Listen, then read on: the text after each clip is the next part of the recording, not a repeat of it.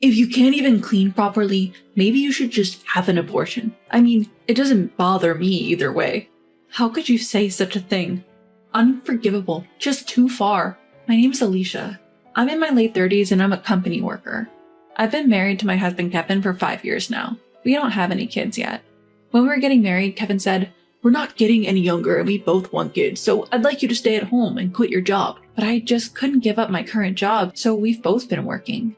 Now Kevin understands how I feel and we're living harmoniously, sharing household chores. Even the notion of moving in with my in-laws was brought up once. My mother-in-law used to be a teacher. She said that when Kevin and I have a child, she'll help so I can continue working while raising the child. Her parents helped her when she was raising her children while working, and she wanted to pass on the support.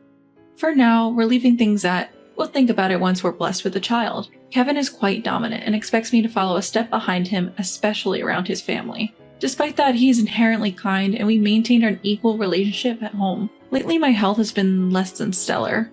My stomach has been upset, I've been suffering from dizzy spells, and I'm irritable. At the end of my workday, I'm exhausted and I can barely manage the household chores. Kevin has been very concerned despite being tired from his own work. He helps with my share of chores, asks me what I feel like eating, and even goes out of his way to buy it. However, my health kept deteriorating, so he said, "You should see a doctor. If it's too much to go alone, I'll accompany you. I'm worried, please." He accompanied me to the doctor, and it turned out that I was pregnant. The cause of my poor health was morning sickness. Both Kevin and I were overjoyed at our long-awaited pregnancy. We thought this morning sickness would surely calm down soon. However, even after a month, 2 months, my morning sickness did not subside. I learned that the severity and duration of morning sickness vary greatly among individuals, and some people even suffer from it until they give birth. My health worsened day by day. I managed to go to work, but I could no longer do any housework after returning home. Seeing this, Kevin began to grow cold towards me. "Why isn't your morning sickness over yet? It's not an illness, is it? Are you pretending to suffer so you could slack off from housework?" "I don't know why either. Why would you say such terrible things? That's harsh." "My mother said she never had morning sickness. My colleagues at work said it was over quickly and they were doing housework. Alicia, you're just being lazy. If you toughen up, you won't feel morning sickness, right? You're lacking determination." I wanted to argue back at Kevin, who compared me with his mother and others, accusing me of slacking off, but I didn't have the energy to do so at the time. I was coming home from work, barely managing the household chores, while feeling dizzy and sometimes vomiting in the toilet. Kevin would finish his share of the chores, then he'd lie on the sofa, watching TV and laughing while I was desperately trying to do the housework. Even when I asked for a little help, he would say, "At least take responsibility for your own work. Morning sickness isn't an illness. If you pull yourself together, you can handle it. It's only hard because you think it is. If you're like this with morning sickness, how will you manage childcare?" And wouldn't help me. After a while, Kevin fell asleep on the sofa and his smartphone slipped from his hand. The screen showed a message asking, "Has Alicia's slacking off habit been cured?" I was furious. Using Kevin's finger while he was sleeping, I unlocked the fingerprinted protected phone and I found numerous emails from my mother-in-law in the mailbox. "Has Alicia's slacking off habit been cured? She's just using morning sickness as an excuse to slack off. She's planning to slack off in her work and housework. You have to hit her hard." "I see. I'll tell her. I've never had morning sickness at all. As long as you're careful, you'll be fine." "I see. I'll tell Alicia too." Morning sickness is nothing compared to childcare, which is 100 times harder. I'm worried about what will happen after the baby is born if she's like this now. That's troublesome. They also talked about how I was too old and questioned whether a healthy child could be born. They even suggested Kevin should remarry a younger woman who would not suffer from morning sickness and would bear a healthy child. "You don't have such a partner in mind, do you?" "Oh, if you feel like it, I'll introduce her to you, okay? Her name is Mona. She's my student and she's 25 now. She admired me and became a teacher. She's so cute. It's fulfilling and it doesn't have to be a burden on you, Kevin. If it's Mona, I think she'll definitely do it if I ask her to live with me. I wouldn't mind if you introduced me to her." They even made plans for a meal with Mona, one of my mother-in-law's former students. Regularly, they were bad-mouthing me. I managed to take a picture of all the emails and save them when I had a chance to check Kevin's phone. I was stunned for a while and couldn't comprehend what I had seen, but I felt I understood why my husband had grown colder towards me. That day, I couldn't get out of the toilet from morning till evening. My morning sickness showed no signs of calming down, and my throat was sore from all the vomiting. I worried whether the baby in my belly was alright given my condition. Recently, I've barely been able to eat solid food and have just been managing to stay hydrated. Feeling my limit, I was about to call Kevin from the bathroom for help when he showed up at the bathroom door by chance. I'm really suffering today. Please take me to the hospital. Maybe an IV drip will make me feel better. Why are you fussing over a little morning sickness? It's already enough. I have plans today. Please don't bother me. I remembered today he had plans to dine with my mother-in-law and Mona. I wanted to tail them, but that seemed out of the question now. I plan to go out in the evening, but seeing you, Alicia, depresses me. I'm leaving now. I can't even relax in my own house. Just keep slacking off alone, alright? Why are you always so cruel? The child inside me is ours, Kevin. Can't you cooperate or help a little? If morning sickness prevents you from even cleaning properly, maybe you should just get rid of the child. I don't really care either way. You're choosing to have this baby, Alicia, right? Then stop complaining and handle your business. Just don't burden me, okay? As I heard his words, my consciousness began to drift away. I couldn't muster any strength. When I woke up, I was in a hospital. My parents looked at me worriedly. What had happened? Apparently, when I was trying to call Kevin from the bathroom using my phone, I accidentally dialed home. My father answered the phone and overheard Kevin's harsh words.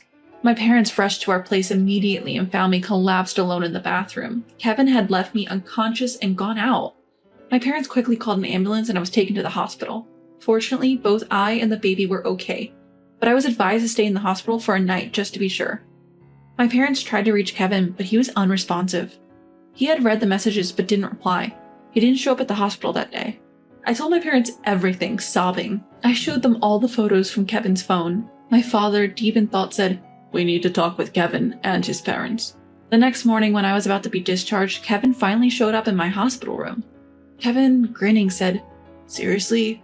What are you being hospitalized for? You just stayed one night, right? See, I told you your morning sickness isn't a big deal. Let's go home now." Kevin, wait a moment. The doctor told me something earlier. I got a medical certificate that recommends rest due to my condition. I've already contacted my workplace to take leave starting tomorrow. Oh wow, so you're slacking off from work now too? Must be nice.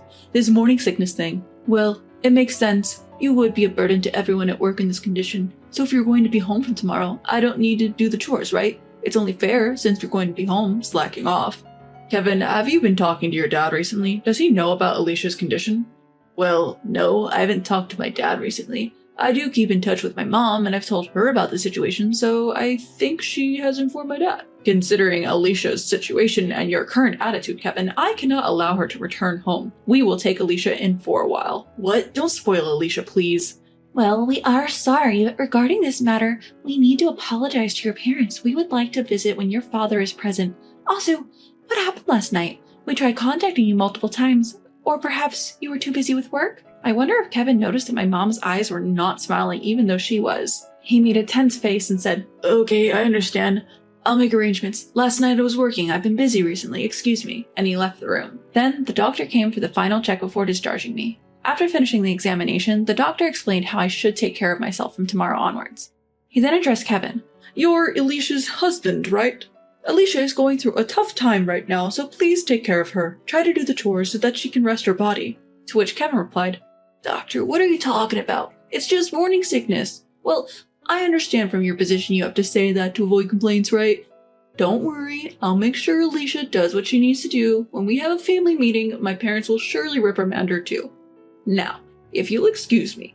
And he left. The doctor, puzzled, offered, "He seems to misunderstand something. Should I explain it to him more thoroughly?" My mother responded with a smile. "No, it's all right. We'll handle this on our end. I'm sorry for the unpleasant scene you had to witness." My parents seemed lost in quiet contemplation. A month passed and my health finally began to stabilize. The time had come to go to Kevin's family home and resolve things once and for all. That said, I hadn't been in touch with Kevin much in the months since I had returned home, and I had no idea how far things had progressed with Mona. I had no clue where the discussion would lead.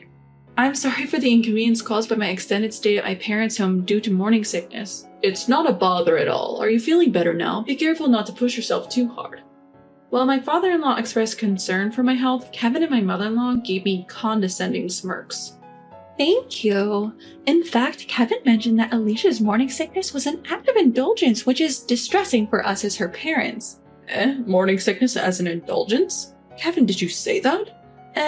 Well, isn't that right, Mom? No, it just seems to be lasting too long. You're better now, aren't you, Alicia? That's good. My mother-in-law hastily tried to end the conversation. No, we need to clarify this, mother-in-law. You are worried that Alicia, being older, might not be able to give birth to a healthy child. You plan to arrange a remarriage between your young former student and Kevin? How far have the discussions with this young Miss Mona, was it, progressed?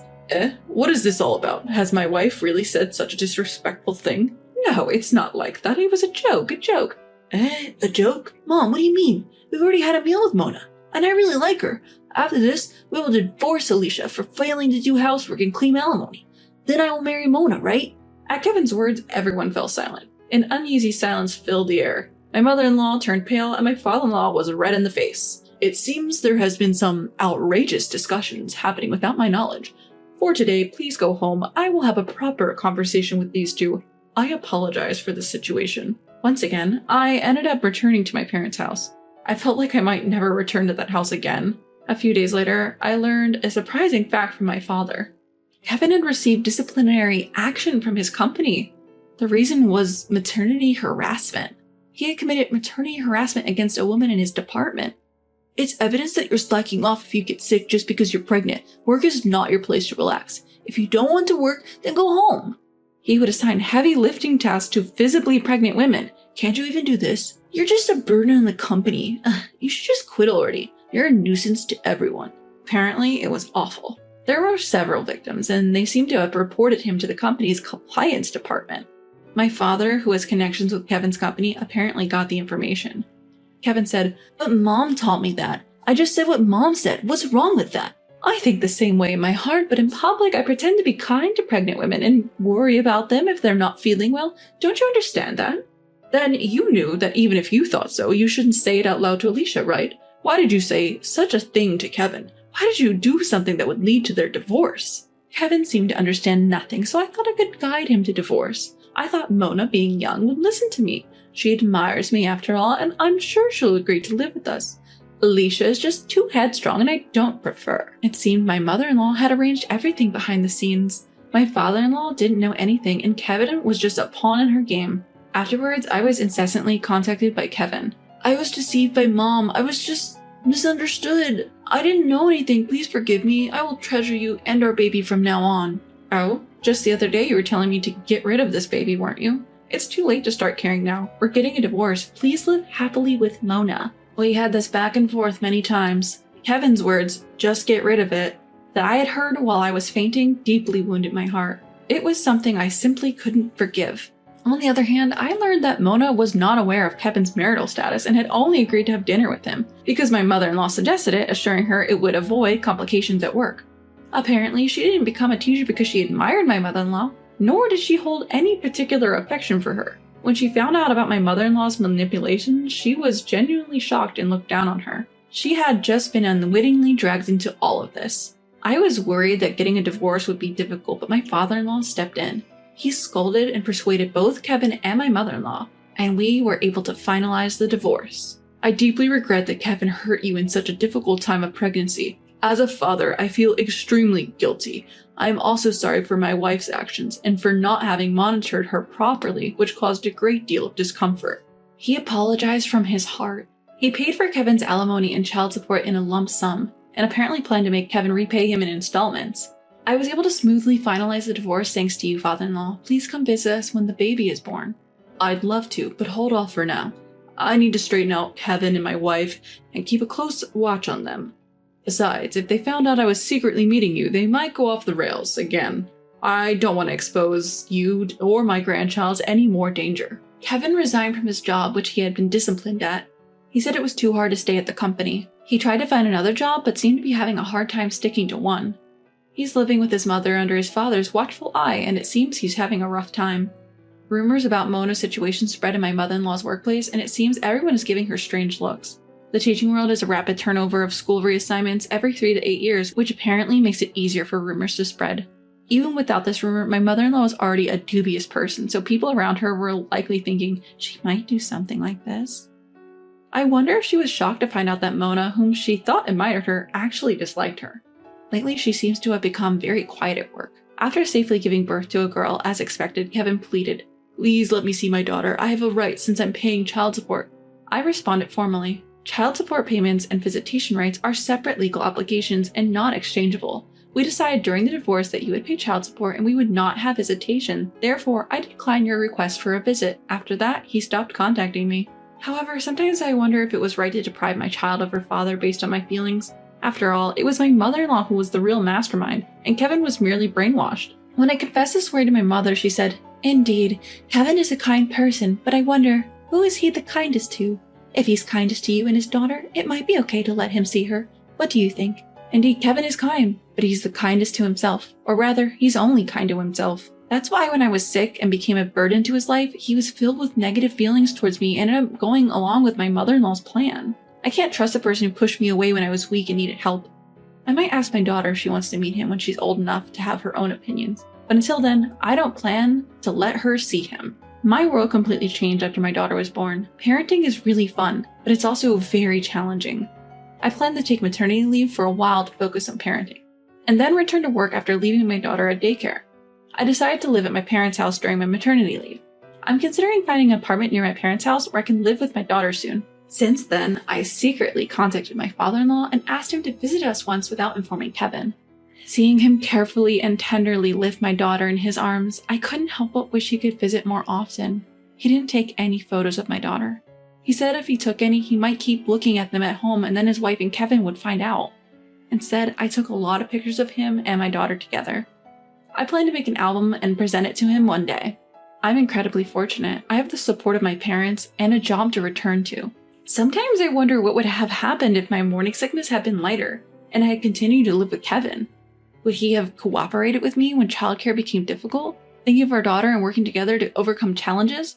Would he have risked his own life to protect our daughter when danger loomed? When I think about this, I feel glad that my severe morning sickness exposed Kevin's true character early on. Maybe it was my daughter who made me aware of this. From now on, I plan to appreciate the kindness of those around me and move forward with my daughter, looking ahead.